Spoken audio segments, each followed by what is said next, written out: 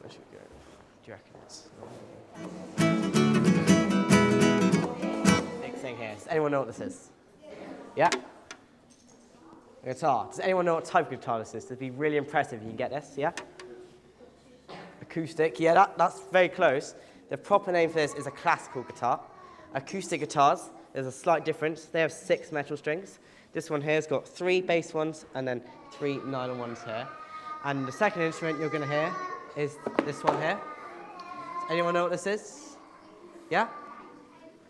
A flute. Has anyone played the flute before? Oh wow, so we've got a really fluty school. And has anyone played this before? So loads of guitarists here. So hopefully you'll know what these sound like already, but I'm going to show you what these instruments can do and how far you can take them. I want you to copy the rhythms I've got here, so.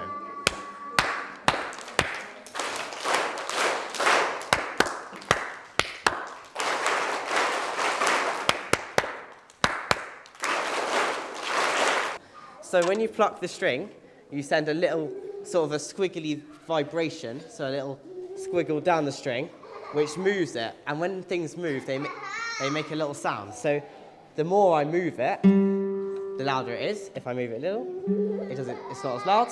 If I make the string longer, it's lower. So this one's a long string, so it's quite low. But if I use a little string, so I'm going to cut this string off by playing here, it's quite high. And I can go really high. I can go really low.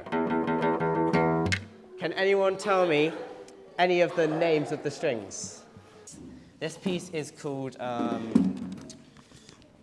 Pictures of Spain, which incidentally is where the guitar's from.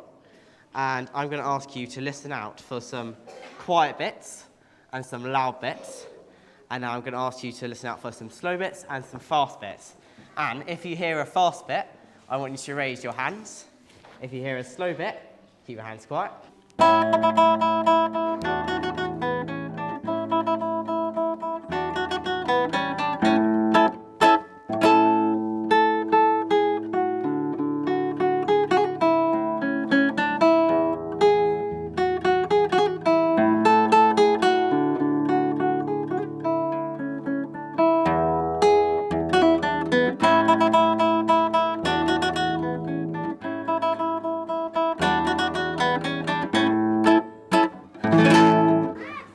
So I lived in Southampton when I was younger, and I went to a school called Spring Hill Catholic Primary School, and I think it was there where I started to really enjoy music. There was a group in my local church who sung, and I started to enjoy the hymns, and I took up some instruments, and I was well taught by some of the teachers who I'm still in contact with today. And unfortunately, I had to move away from there because of my dad's job, and I came up to Oxfordshire, and I was thinking, I'm not sure how I'm going to fit in here. The music's different. I've lost all my teachers. I'm at a new school. I came here, and we thought that this was a nice school, so I came here for a couple of years, and then I had to move again. But I remember sort of playing on the field here, and I had to go to another school it was a few miles away just because it was easier to get to because of the traffic in the morning. And I went there, and music I started to enjoy music more and more. I found a teacher outside of school to carry on with guitar, and I found a really nice teacher in Abingdon who I play flute with still now. And they took me up those next levels, and I realised that I really wanted to start progressing on music. I was enjoying it. I wanted to practice more, and I went to secondary school thinking, oh, this is where I'm going to be until I go to university or whatever. And there was a really good supportive music department there, so I started doing stuff with Radley through them, and I was part of the STEPS programme ever since coming here from primary school, as this is one of the STEP schools. I started to know Radley more and more, and there was a really nice music department at Didcot Boys School and the girls' school who twinned up with Radley, and we did all these concerts.